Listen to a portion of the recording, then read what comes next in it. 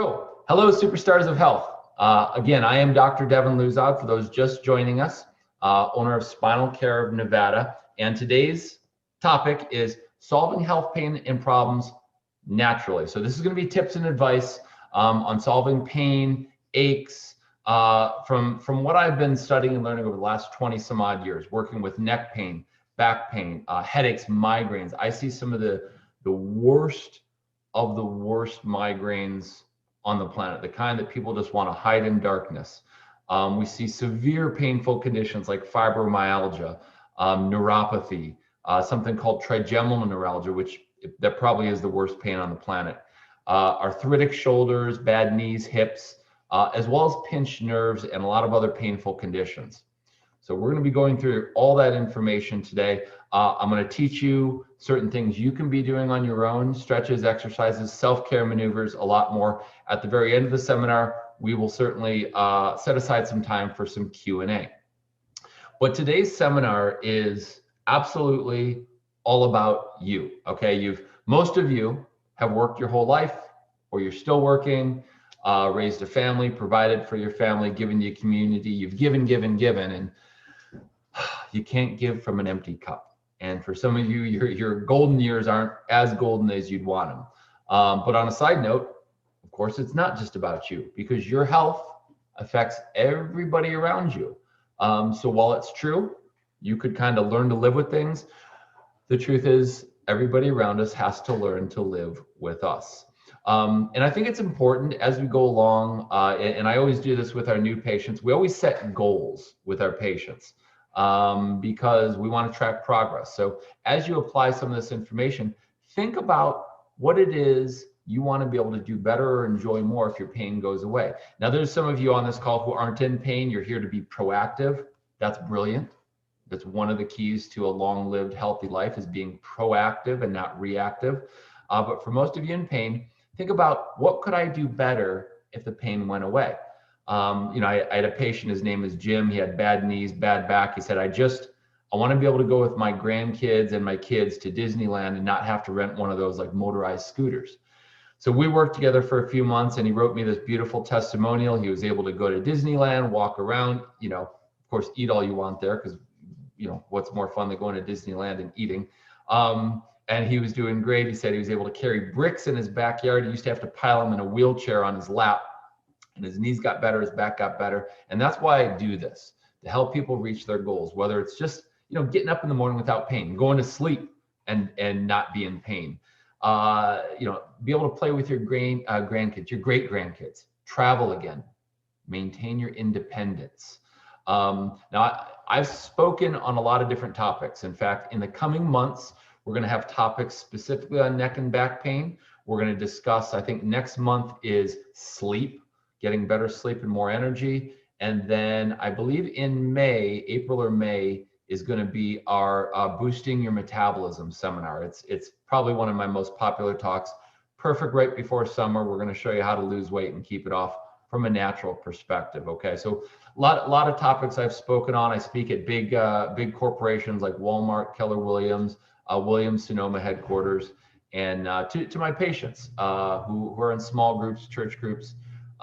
My job as a doctor, what I believe about being a doctor, is not just to help people get out of pain, but to teach my patients, how to fish, so to speak, how to take care of themselves. And that's what we're going to be doing with you today. So I believe in educating my patients. I believe in getting to the cause, not just covering up symptoms. There's a lot of things that just hide the symptoms, and problems keep getting worse. So we want to get to the cause. As a doctor, I believe in being a great listener. This is probably more than I'll ever talk in a week in my own practice. I also believe that it's my job to help patients find the right doctor. So when I meet with a new patient and I can't help, we get them to the right place. Okay, so I've got, again, a couple clinics, one in Summerlin, one in Henderson.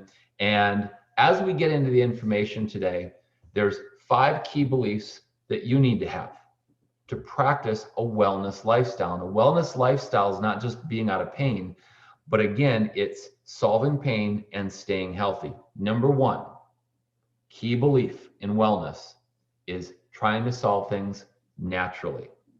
Again, nothing wrong with drugs and surgery. If you think like I do, there's a time and place for everything. I've had to have prescription drugs. I've had to have surgeries. Okay, thank God for doctors and hospitals. But the third leading cause of death in our country is the side effects to properly prescribed prescription drugs. So what that tells us is that can't be our first line of defense. We have to try to find a way to solve problems without the drugs as well. So time and place for everything. We try to solve things naturally first. Number two, as far as key beliefs to wellness, preventative. Okay, now, again, prevention doesn't mean just getting a test with the doctor once a year. Prevention and being proactive means not trying to learn to live with a problem. You hear that all the time. Well, it's not that bad yet. I'm going to learn to live with it. Meanwhile, the cause of it is continuing to get worse and worse and worse and worse. So you can't put things off just hoping that they get better. In fact, I'll be honest with you, that's probably the number one thing I hear from new patients when I sit down with them is I kind of thought it would go away on its own, or it's come and gone for a long time, and now it's at its worst or it's not going away. So here's what happens. If you have a pain or health problem that comes and goes over the years, every time you feel the symptom, it means that your spine is getting worse. It means it's degenerating. It's kind of like if you, I don't have a paperclip, but if you did that back and forth enough times to a paperclip, eventually it becomes a more severe problem. And that's what we want to avoid. So again, in life, you're either proactive or you are reactive. And the more proactive you are, the less suffering you have, the less it costs, and the less damage to your body. The more reactive and the longer we wait. I mean, the number one cause of personal bankruptcy in our country is health, is healthcare costs. Usually, now things hit us out of the blue, but usually when things get bad enough. Okay, so that's number two, is being preventative. Procrastination is the thief of health. Number three is remembering that the body heals itself. You are the greatest drugstore on the planet. So sometimes you don't need more things put in. You just need the interference out of the way. Number four is wellness is sometimes inconvenient. You got to schedule time, and yeah, more and more it costs money. And five is consistency. Some of the things I'm going to teach you later, everybody wants the magic stretch. Hey doc, show me that one stretch that's going to take my pain away. It's consistency. Okay, health is a practice. Health is and always will be about smart choices done over and over again. Okay, so dial yourself in. If you've got a pen and pencil, that's great. But here's how this is going to go: is I'm going to go through the information first. That's going to be the bulk of the seminar. I'm going to talk a little bit at the end about our office and what we do. I'm going to show you how to get a recording of the seminar. So because we're going to go through so many specific moves and stretches and so forth, you're going to want to see it over and over again. I will make sure that all of you have access to the recording. And finally, at the end, we're going to do a little Q&A. So on your screen, there's either a people symbol or it says participants. And at the end, you can click on participants. If you're on a phone, you'll click on your name, and then you'll have an option to raise your hand. I can unmute you, and then you can ask a question. So we'll do a little bit at the end. Okay, let's get into it. Types and causes of pain. Doc, I'm not sure. I think it may be muscle. I don't know, it could be coming from my bones. Here's how you know. Muscle pain, if it's a torn or strained muscle, and by the way, think of muscle fibers like strings on a rope, okay? A grade 1 strain or tear is just enough stretching of those fibers to create some swelling, causes aching, throbbing, stiffness. Grade 2 tear, grade 3 tear is usually some type of surgery, okay? Muscle pain, ache, throb, stiff. Nerve pain, sharp, stabbing. You could have numbness, tingling, weakness. Usually when you have a pinched nerve, those symptoms tend to radiate. So you'll feel it not just in one spot or locally, you'll feel it all the way down your arm or into your hands or down your legs into your feet. That's a nerve. Disc pain can be all of the above, but how do you know when you have a really bad disc? Because it's reproducing those same nerve pains. You're getting radiating pain, numbness, tingling, and God forbid, weakness. I treat all of those things. When I refer a patient out, would be like if somebody comes in and they have numbness, tingling, and their leg is dropping out from underneath them, or their foot is dropping out, or it's shooting into their groin area. that's straight referral to surgery. Short of that, I see just about everything else.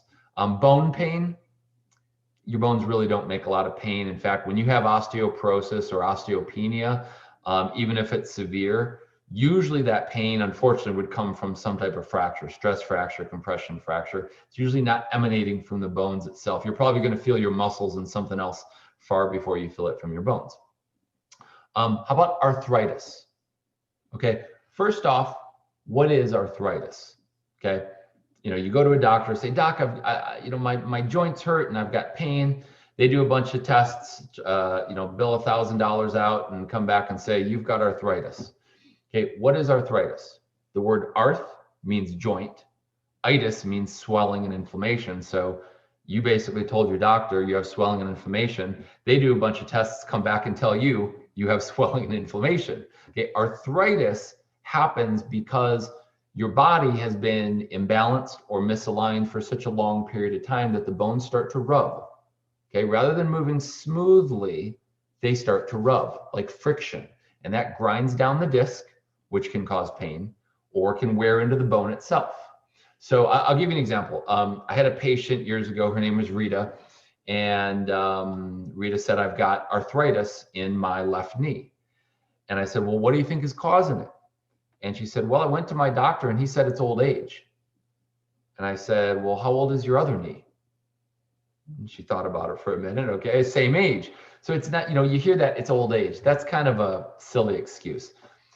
I did an exam on Rita. We measured her posture. In my office, I've got the digital scales. So you'd stand on these scales. It shows you if you're leaning off more one way than the other. And she was leaning off with about 10 to 15 pounds into her bad knee. And so we did some treatments on her. We got her better balanced. Arthritis went away because the pressure and the friction came off that knee. Now, did I reverse that joint? Did she grow a new joint? No, but the swelling went down, so the arthritis felt better. Another cause of of pain, in fact, probably one of the top causes of pain is called a subluxation. Okay, here's what a subluxation is. It's basically a fancy term for when your bones go out of place and it pinches a nerve. Okay, so picture your brain up here, and what it does is it sends a signal down the middle of the spine, and when your bone in your neck or your back moves out of position, that will pinch the nerve. Okay, so we'll talk a little bit about what I do in the office, but my job is basically to realign the spine, get pressure off of that nerve. In a pain clinic, which we're not talking about medical solutions today, but they'll usually put a steroid injection in there to kind of numb it up. Obviously, it's a Band-Aid. I mean, the problem keeps going on. But the name of the game is if you can get pressure off that nerve of the disc, the body starts to fix itself. Okay, so let's talk about some natural self-care pain relief that you can be doing on your own. Okay, so natural self-care pain relief 101. Ice versus heat. I get this so much, Doc. I put heat on it. You shouldn't have put heat on it. I put ice on it. You got to stop putting ice on it. How do you know the difference? Ice versus heat, new versus old. When you think of a new pain, you think ice. When you think of a more old nagging problem, think heat. Now let's break that down a little further, okay? You wake up in the morning and you've got a pain that you really haven't felt before, okay? Or let's say you are walking the dog and they pull you and you get arm pain or back pain or something like that. So it's a new pain, or maybe it's something you've had in the past and it's flaring up again. We'll call that new. Ice. Ice for 1 to maybe up to 3 days. Why? Because anytime you have a new pain, there's always swelling. By the way, of all these causes of pain, like muscle, nerve, disc, really what's physically causing the pain is swelling. It's fluid. It's fluid that's irritating the nerves and the nerve endings. So fluid or swelling is what you've got to control initially, which is with ice or heat? Ice, because you want to cool it down. Too many people, when they have a new ache or pain, what they do is they jump in the hot tub and they throw a heating pad on. It's the worst thing you can do, because now you're creating more swelling and circulation to an area that we've got to calm down. So right off the bat, we always jump to ice or cold. Now, you've just got to know your own tolerance level. I can I was an athlete in college, so I'm used to sticking my feet in buckets of ice water or ice baths or a pack of ice. For some of you, that may be too much, may even burn your skin. So one of my favorite ice packs is called a Mueller, M-U-E-L-L. I don't know how to spell it. Mueller, E-R maybe. Mueller. You can get them on Amazon. It's about maybe 10, 15 bucks or so. And it's a nice ice pack. It's in a black holder. So there's a little bit of a mesh thing there. And it comes with a long band, and you can just you can wrap it on your arm, you can wrap it on your knee. They're great. And usually they're not too cold, but if it does get too cold, what I want you to do is just stick like a paper towel in between the pack and your skin, okay? So new problem or reoccurrence of old problem, think ice, cool it down. Old chronic problem, heat, and not just heat, moist heat, okay? So not just heating pack, moist heat, because the moist carries the heat deeper, inches down below. It can actually get to the deeper muscles and tissues or ligaments and tendons. So moist heat is the best after a few days of using the ice. And then after that, you could actually do what's called intermittent, where you do ice for like 5 minutes, moist heat or even heat for 5 minutes. And you do that on and off for like 20 minutes. So you do each of them a couple times, and that can help with painful symptoms as well. Now, that's a guideline. Some people, they just tell me ice works better than heat in situations it shouldn't. That's fine. You've got to play with it a bit too. But as a rule, ice something new for 1 to 3 days, then switch to moist heat. Now, be careful stretching. Okay. I'm a big fan of yoga. I'm a big fan of Pilates, stretching classes. All that is wonderful. But I see too many people with a newer pain try to stretch. And here's what happens is sometimes when you have a pain, you have a muscle strain. Now you're stretching and you're straining it worse. Okay, so you got to be very, very careful when to use stretching. It's usually not right away when you have a new ache or pain. It's down the road. And like I met with a patient the other day. She said, my doctor gave me these stretches, and one of them really, really hurts me. Should I keep doing it like through the pain? Absolutely not. You got to know your own body. When you go to like a physical therapist, you've got to be able to tell them and give them some feedback on what's going on with you. Okay, how about pain relief creams? We rub everything on our bodies. We got Bengay, Icy Hot. Most of these over-the-counter kind of topical pain relievers, what they have is a substance called methyl salicylate, which is also known as like a wintergreen type of thing.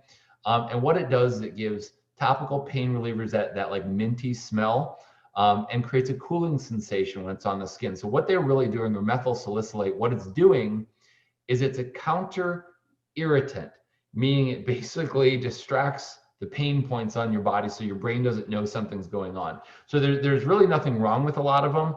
They don't heal you. They don't actually speed up circulation, most of them.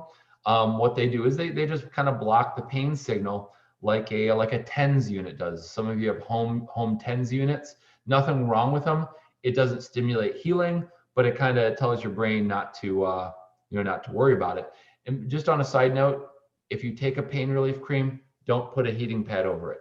That can drive the chemicals and substance deeper than it should go. Okay. All right. Dietary causes of pain. So what we're going to go through.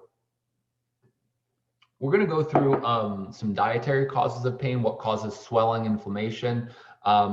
We're going to go through some positions like that you can sleep in at night to get out of pain. And I'm going to go through a stretching and exercise program as well. That's going to take up the bulk of it. Then again, I'll tell you a little bit about what I do, and we'll take some Q&A. Okay. I made a big study of the folks that have lived to 80, 90, 100 and beyond. And look, I've done enough lectures all over the country where when I ask people, do you want to live to be 100? What do most people say? No way. That's too much pain. I'll run out of money. I'll run out of friends. Okay. Here's what you got to know. In these cultures that have a high number of people that live to 100, they have 80% less chronic pain, also less cancer, less diabetes, less Alzheimer's, less heart disease than we have here in the United States. So it's a bit of a misnomer most of the time. If you live to be that old or successfully, that there's more suffering. Okay, so if you had better quality of life, then would you want to live that old? Yeah, more people want to, and that's what we're going to try to do, is create better quality of life. So what are they eating? Okay, what are the foods that can help reduce pain? Tell you what, let's start with the top 5 inflammatory foods, the top 5 foods that actually end up causing joint pain. So you got to avoid these. I mean, again, some foods help fight inflammation in the joints and muscles, but studies have found that others make it a lot worse. Okay, it can cause pain in the knees, back, other parts of the body. Compounds in these foods even increase things like diabetes, heart disease. And unfortunately, you already know this, sugar is at the top of the list. Where is it hiding? Everywhere. White bread, white rice, white pasta. So we got to kill the sugar. Numerous studies suggest that processed foods or processed sugars release what are called, it's called pro-inflammatory substances. Basically, it causes inflammation. So reducing your sugar intake, do some research into non-sugar sweeteners like monk fruit. It's a very popular, so far it's been shown to be pretty safe, non-sugar sweetener, which may be good for you. Okay, what else? That's number 1 as far as foods to avoid. Omega-6 fatty acids. Listen, they're necessary for normal body growth, but you got to avoid overconsumption. Omega fatty acids can be found in a lot of the popular oils like vegetable oil, peanut oil, safflower, a lot of salad dressings, obviously fried foods. Too much omega-6 fatty acids causes swelling and inflammation. A lot of Americans sensitive to gluten. Gluten's number 3 food to avoid. Basically, glutens are proteins. They're found in grains like wheat, rye, barley, and it's found to be pro-inflammatory in the small intestines. Okay, research indicates that it can affect other organs and tissues in the joints. So you got to watch out for the gluten. Number 4, diets that consist of alcohol in moderation. We mentioned that. It's okay. But when trying to ease your joint pain, you got to limit alcohol intake.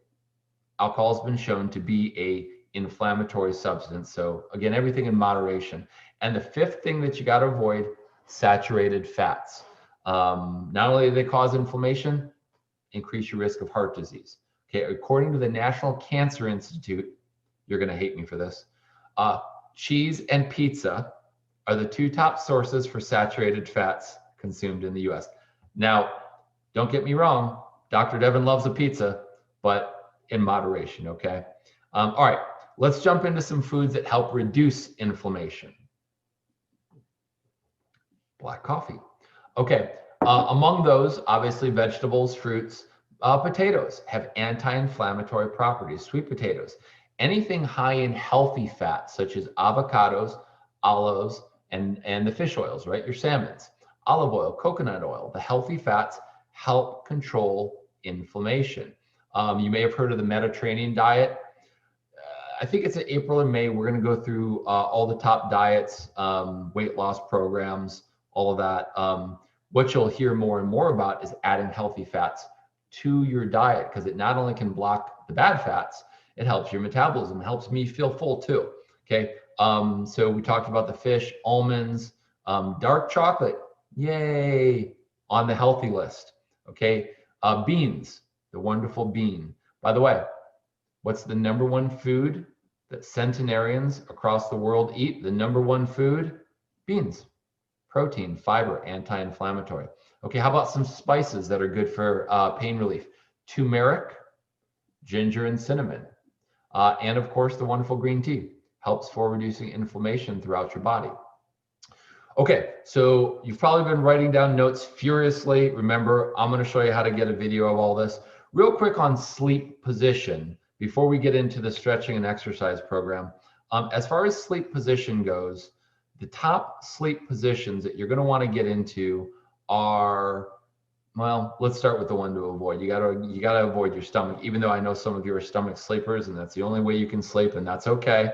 But side and sleeping on your back are the safest ones by far. When you're on your stomach, your head is cranked to the side all night, puts stress on your neck, and can pinch nerves down the arms. When you're on your side, pillow in between the knees and hug a pillow helps you keep good posture. When you're on your back, thinner pillow underneath your neck, sometimes no pillow at all for some people, but a thinner pillow. And if you want to get pressure off your low back, then a couple pillows underneath your legs or underneath your knees. That's why the adjustable beds can be great if you can fall asleep that way. Obviously, you're going to be tossing and turning, most of us, a lot. So that's how you use pillows to help support you. By the way, this will be how you get a copy of this video too. On my YouTube channel, which is Spinal Care of Nevada. So if you just go online, go to YouTube and type in Spinal Care of Nevada, you'll get to my YouTube channel. There's a complete video on proper sleep positions. So you're going to want to watch that. That'll change your life immediately, because I go through how to use pillows, the best beds, the best mattresses. So that's, again, just go to YouTube, and my channel is Spinal Care of Nevada. I think we also have some of our other Zoom seminars up there, How to Live to 100 and Want to, and our Perfect Posture program. Okay, so I'm really excited for this. Let's get into our exercise program. Now, in our office, my number one job is obviously helping relieve pain and suffering, but then I teach my patients certain stretches, certain postures, certain exercises. And what I don't do is I don't just pull a sheet of paper out of a desk and go, oh, you've got back pain, here, do some of these. That's not really healthcare, okay? I assign detailed, specific programs to patients that are relative to their condition. Now, if you're a patient who's on this call right now and you haven't had that yet, by all means, drop me a note. We'll set you up on the program. If it's the time, usually we don't do that until after we get things stabilized. But I'm going to go through with you right now some of the top stretches and exercises that we teach our patients. So this will be a program of about 25, 26 exercises. And again, don't worry, it will be available on the replay. Okay, so this is a program that's got thousands of exercise stretches. It helps me assign programs for our patients. And we're going to go to our Solving Health, Pain and Health Problems Naturally segment here. Okay, here we go. So at the very top, we talked about sleep position. Let's go through some neck range of motion, okay? Several ranges of motion. Obviously, the first one is forward flexion. So what you're going to do is first sit up straight, always sit up straight, practice good posture, let your neck drop forward for a 5-second count, and come back to neutral. Forward flexion. Rotation is next. Shoulders still. Now, what I want you to notice is when she's turning her neck, her shoulders aren't going with it. You know, when I test a patient for neck range of motion in my office, what you'll see is the patient will turn their whole body with their neck. It's called frozen person syndrome. And if that's you, we need to talk, but you want to keep your shoulders still and turn your neck to the side for about a 5-second hold, and then turn the other direction for about a 5-second hold. So that's forward flexion and then rotation. Okay, next up is lateral flexion. So we're going to let our head fall to the side for about a 5-second hold, and then we're going to flip the other direction for a 5-second hold.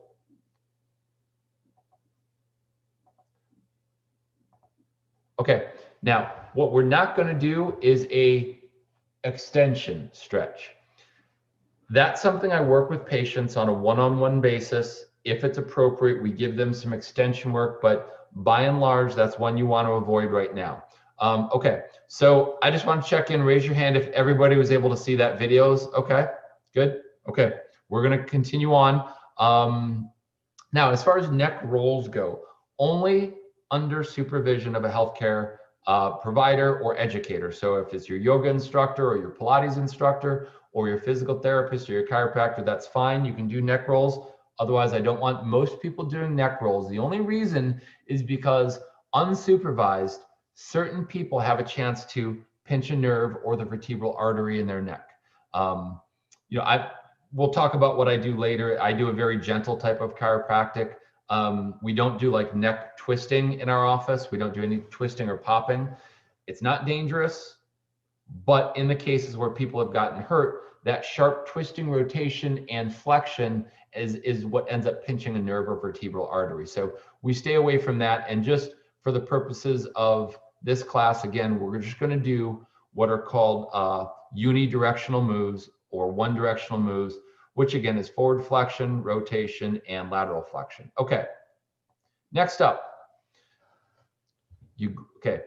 this is going to be a great stretch, not only for your shoulder, but your neck. So notice how she's sitting in a chair and she grabs the base of a chair. You can do that now. So grab the base of a chair with one hand and then reach up onto your head with the other. Some of you have rotator cuff problems and can't reach up like that. What I want you to do is actually don't reach up, just stretch the shoulder like she's going to do. Grab a hold of the base of that chair. See how she's pulling her neck? It's a gentle, slight pull. Now what you can also do is follow this arrow, is lean to that side you're pulling and get a stretch on the shoulder. So what you would do is you would grab that chair. Yeah, so I'm going to grab my chair with my right hand and grab the chair. Okay, gently stretch and then gently lean away. And what I'm doing is I'm tractioning the shoulder.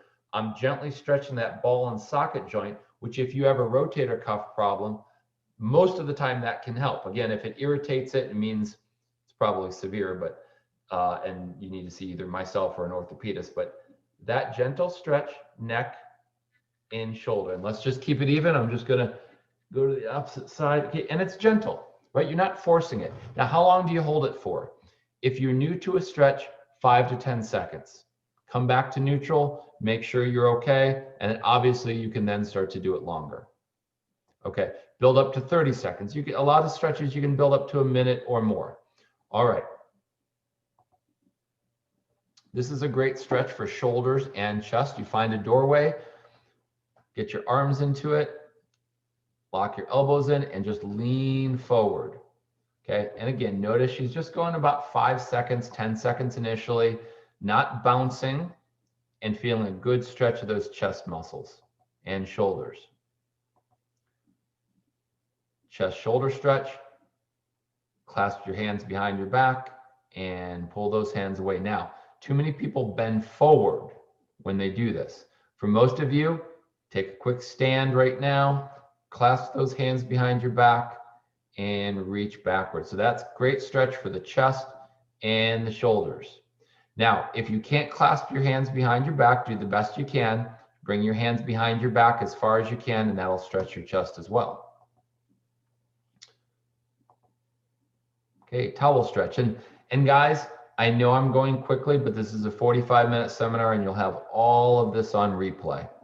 Okay, towel stretch. Pulls up, pulls down. Okay, pulls up, so you're stretching this bottom arm. And on the next version of the towel stretch, okay, she's pulling down and stretches the top arm. Okay, so you're going to stretch both arms. You're going to pull up and you're going to pull down for the towel stretch. Very important for range of motion of the shoulders. Okay, let's get into more of the shoulders. Arm across the chest, support it with the opposite hand and give it a little pull towards you. Arm across the chest, support with the opposite hand, give a little pull towards you. Okay, now notice, she'll do it again here, but notice how when she pulls that arm across, she's turning her neck the opposite direction. Okay, you're gonna love this next one for upper back. Clasp your hands, flip them over like she is, and then you're gonna reach forward and stretch those arms out. Now, one other thing I want you to do with that is when you are clasping your hands and reaching forward, you can stretch your back out like that. Oh, that's a great one. I'm hearing little clicks back there. I'm not doing an adjustment on myself. It's just natural. You know, people ask me, my bones pop or my joints pop, is that bad? Not necessarily, only if it's associated with pain. Obviously, that's not so good. Okay, that's a great stretch for your upper back. Okay, let's get into the low back. That's a very good program we just went over for the neck and shoulders. Let's get more into the low back, all from seated position here. Okay, at a desk, start to scoot yourself back. Now she has the benefit of a roller chair. If you don't have a roller chair, that's fine. Just start the chair back a little further, leave your hands on the desk, and she's not just bending forward, but she's moving backwards. See that? So that will stretch both the shoulders and the back. Okay, so roller chairs are good, but you can just, you know, I'm doing it from my desk. I'm just starting further back, reaching forward on my desk and stretching that lower back. Okay, here's another version of it just so you can see it. She's starting back and reaching forward with her arms, just kind of sliding them forward on the desk or table. And obviously these people are more flexible than I'll ever be, but you get the point. And that's a great stretch because what you're doing is you're starting to traction this low back and get the pressure off the discs. Okay, from there, go ahead and sit up. And the seated twist. Do this very gently, okay? And twist. Okay, now see how she's sitting sideways in a chair and she's using the side of that chair for support. So that's why you want to do a few of these on the same side, and then you can turn around and face the other direction. Or if you've got a desk next to you, that helps too. And it's just a gentle twist for the lower spine. Okay, let's get into a couple more stretches that can cause low back pain. I see a lot of patients who have a condition called sciatica, and you know, sciatica is the biggest nerve in your body. It comes out of your lower back and your tailbone. So if you have any numbness, pain, any kind of shooting down the legs, that's a pinched nerve usually coming from the low back or sacrum, and it passes through some of the muscles in your buttocks. One is called the piriformis muscle, and I'm going to show you a stretch for the piriformis muscle. Okay, this is a stretch when we treat people who have sciatica. This is one that we work with them on. So you're sitting in a chair and you cross your ankle over your knee and you just carefully and slowly bend forward. Okay, now you should feel a stretch near the kind of the back of the thigh, back into the buttocks area, and you just bend forward. Now, if you want to increase that stretch, come up on your toe. Okay, so you're going to raise that foot. You're going to raise the heel that's on the ground up. That creates a little more pressure. And you see how she's got her hand on her opposite knee here? You can also gently press downward as you lean forward. Those are all ways to increase the stretch, but if this is enough for you, then that's good. And obviously we're going to do it bilaterally. We're going to do it on both sides, right? To keep it even. Okay, from here, this is a great stretch for your hamstring. Again, piriformis and now hamstring are usually some of the top muscles implicated in low back pain. A couple things I want you to notice. Notice how her toe is up, her leg is straight, and she's using her opposite knee for support and just leaning forward into that toe. Now, what I don't want you to do is I don't want you to hunch over. Okay, so in other words, what we're not doing here is we're not hunching over to get there. Keep that back straight, keep a little arch in your low back, and lean forward, keeping that arch in your low back. Okay, you'll know you get it right because you're really putting some nice emphasis on that hamstring. Okay. Now, you're also going to love this one because it's very simple and very easy. And what we're going to do here is just simply lay on your back comfortably with your legs up. I've had patients lay on a couch with their legs up on the sort of the arm of the couch. But you can be in this position for 5, 10, 15 minutes. It's kind of similar to how we teach people with back pain to sleep on their back with pillows under their legs. But this is going to take a tremendous amount of pressure off the low back, just staying in this position for 5, 10, 15 minutes.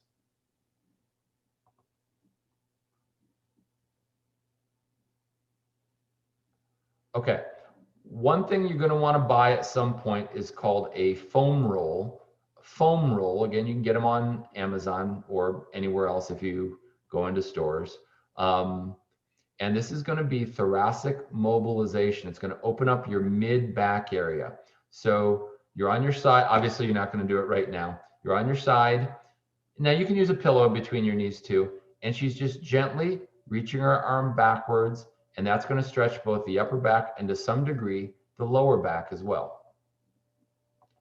While you're down there, get on all fours and get into something called cat-cow.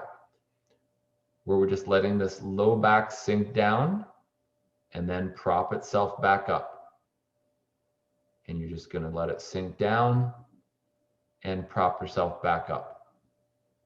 Mackenzie, extension. This is a great one for low back problems because it's going to increase the curve in your low back that should be there. And you're just going to lay on your stomach. You can even, a lot of times you can do this on a mattress or in your bed, and you're going to gently prop yourself up and hold it for 5 seconds. You're going to feel the pressure here in your low back. Again, guys, I know we're flying through this again, but this is really just an introduction. You can watch the video replay, which will be up probably give me a few days, but we'll get it up by Monday. Okay. Low back spinal twist on your back. And we're just going to let the knees drop out to one side gently and drop out to the other side. Okay, so you're going to hold that for about 5 to 10 seconds and then let them gently come over. That's a complete stretching program for your neck, shoulders, mid back, and low back. Okay, one more thing I want to introduce you guys to is called foam rolling, or work on the scar tissue. Scar tissue, which we treat a lot in the office. Most of you have heard the term. Think of it like this. Regular muscle fibers fit together like strings on a rope, okay? And under stress, the fibers strain, but normally they come back together. Scar tissue is when the muscles strain, but they come back together cross-fibered or awkward. That's scar tissue. You can get it from a lot of things, not just surgery. Wear and tear, falls, accidents, bad posture. So scar tissue needs to be broken up. Now, I do that as a treatment in the office, but you can do it on your own too, because if you are able to break up scar tissue, it can come back together normally. It takes a long time, especially ligaments and tendons, takes 12, 18 months, but scar tissue can actually remodel and get younger. So by doing this, it's going to get you younger. I'm going to show you a couple things you can do for scar tissue. This is a tennis ball maneuver, where you have a tennis ball back behind you. Now, this is not in the middle of her spine. It's off to the side. And she's just gently rolling up and down. Obviously, you can do this on your back or against a wall. And it also works nicely on your lower spine. Again, laying on your back or up against a wall. Okay? For those of you with something called plantar fasciitis, tennis ball on the ground, and you're going to roll it back and forth. And that helps break up the scar tissue. Okay, now I've got about, in that video series, I've got probably 3-4 more exercises I'm going to whip through here real quick, but you'll be able to slow it down when you watch the video section on the replay. But it's all working on scar tissue, and the goal is to break up those muscles so that they reform and then again form younger tissue. Okay, so if you use a tennis ball, you can do that on your back of your neck. Now, again, remember, we're not putting this in the middle where the spine is. It's more off to the side where the muscles are. Rolling gently back and forth. Good. Okay, when you buy a foam roll, this is a great maneuver for the middle of the back. Okay, if you have the strength to do this, just rolling back and forth. Notice she's folded her arms, which exposes those muscles in the low back more. Okay. And finally, for knee problems, and this is also low back, this is called a TFL, tensor fascia lata, or IT band, iliotibial band roll. She's on her side, rolling the side of her leg. Guess what? You can jam a tennis ball in there as well. Works pretty good. But a lot of patients who have knee problems that I treat, we do gentle adjustments to the knee, but we also work on that scar tissue in there, because that's holding a lot of people back from getting a resolution to their knee problem. Okay, so we're going to go about another 5-10 minutes. I'm going to talk to you a little bit about what we do in the office, and we'll do some Q&A. Mostly what I'm doing is I'm helping correct people's posture and what's called the dowager's hump, which is that big old hump that we have up there, because this hump not only makes us look old, but not that that's important, but it compresses the lungs, causes breathing problems, causes neck pain, causes pinched nerves down the arm, causes head pain. So through a series of treatments that I do, we start to reduce that hump, help people stand up, sit up straighter. By professional training, I'm what's called a NUCA chiropractor. NUCA is a very gentle style of chiropractic. So again, there is no manipulation. We use what's called low force treatment, which is very, very gentle adjusting to the neck, back, knees, hips, shoulders to get better alignment. By doing that, we slow down arthritis. We relieve pinched nerves. So again, most of what I see in the office is headache, neck pain, back pain. What I don't do is if you've got a serious heart problem or diabetes or infection or cancer, I refer all those out. I'm no good at those things. I don't do broken bones. What I'm best known for is really the symptoms of pinched nerves: ache, pain, numbness, shooting, weakness, as well as fatigue in the body. So I'm going to put my information up on the screen. This is just our office contact information and phone number. And what I'm going to do is kind of talk to you a little bit about the process of being a new patient. In our office, what we do is we do a 2-day workup where on day 1, we're going to meet with our patients and take a thorough health history. And that's really what I'm best known for, is being thorough. So it's not the type of office where it's walk in, walk out. We're going to do a health history. We're going to do a thorough Medicare approved exam. And we're going to take what are called digital x-rays. These are the best type of imaging in my field. I wish more docs would do it, but those x-rays show me exactly how to solve a problem and fix it. That's day 1. We'll schedule a patient for follow-up, and on day 2, we'll go over the films. I'm really upfront. If I can't help you, I will tell you. I'll help you find the right doc. And if I can help, we'll go over how long it takes to feel better. What are all the costs? If you're anything like me, you don't like hidden costs. So we'll go over cost, coverage, everything up front. Medicare and those type of insurances, just bring your cards in with you. I never charge people just to sit down and kind of get to meet them and go over their problems, do a workup. If we take x-rays, those are $90. Medicare doesn't pay for them, or any of those insurances. They don't cover chiropractic x-rays. So that's out of pocket. But those insurances do help out with future stuff down the road. Hi, how you doing? Okay, we're doing great. Go ahead. I was just wondering what NUCA meant. NUCA chiropractic, like what's all involved with that? Oh, thanks so much for asking that. It's probably my favorite topic to talk on. And so NUCA is a very gentle style of chiropractic where we're going to take digital x-rays of actually your upper cervical spine. NUCA stands for the National Upper Cervical Chiropractic Association. We're going to do very detailed analysis because the top bone in your neck, nicknamed the atlas, surrounds and protects your brainstem. The brainstem controls everything in your body. It controls thought, function, even pain down into the legs. So we do a very gentle adjustment to the atlas, and it will, quote unquote, get your head on straight, which will not only get pressure off the brainstem, but it helps the body balance underneath. So I see a very wide range of patients, even patients who've had spinal fusions and surgery, because with a very gentle adjustment to the upper neck, we can solve problems throughout the body. So even for patients who have been told, don't go to a chiropractor or you shouldn't go to a chiropractor, that really doesn't apply to us because, again, we're not doing the manipulation. So I do 2 main techniques: NUCA, which is a gentle adjustment to the head and neck. And if you've never had your atlas treated, you're probably missing out on a major, major piece of the healthcare puzzle. That's why we see a lot of patients who've been to chiropractors but haven't had results. But when we adjust the atlas, we get to something that has never been fixed for them before. So we adjust the atlas, and we have a very gentle adjusting instrument called the arthrostim that we use on the rest of the spine. Okay, does that answer your question, Allison? Yes, it does. Thank you. Thanks for asking. Okay, guys. Well, listen, a couple things to close. If you are, when the world opens back up, if you are part of a group that has speakers or hosts gatherings, it's my pleasure to get out and talk and lecture on health-related topics. If you'd like a consult, you can give the office a call. I see a couple more hands here, so I'm just going to double check on that. But again, if you go to the YouTube channel, you'll get the content.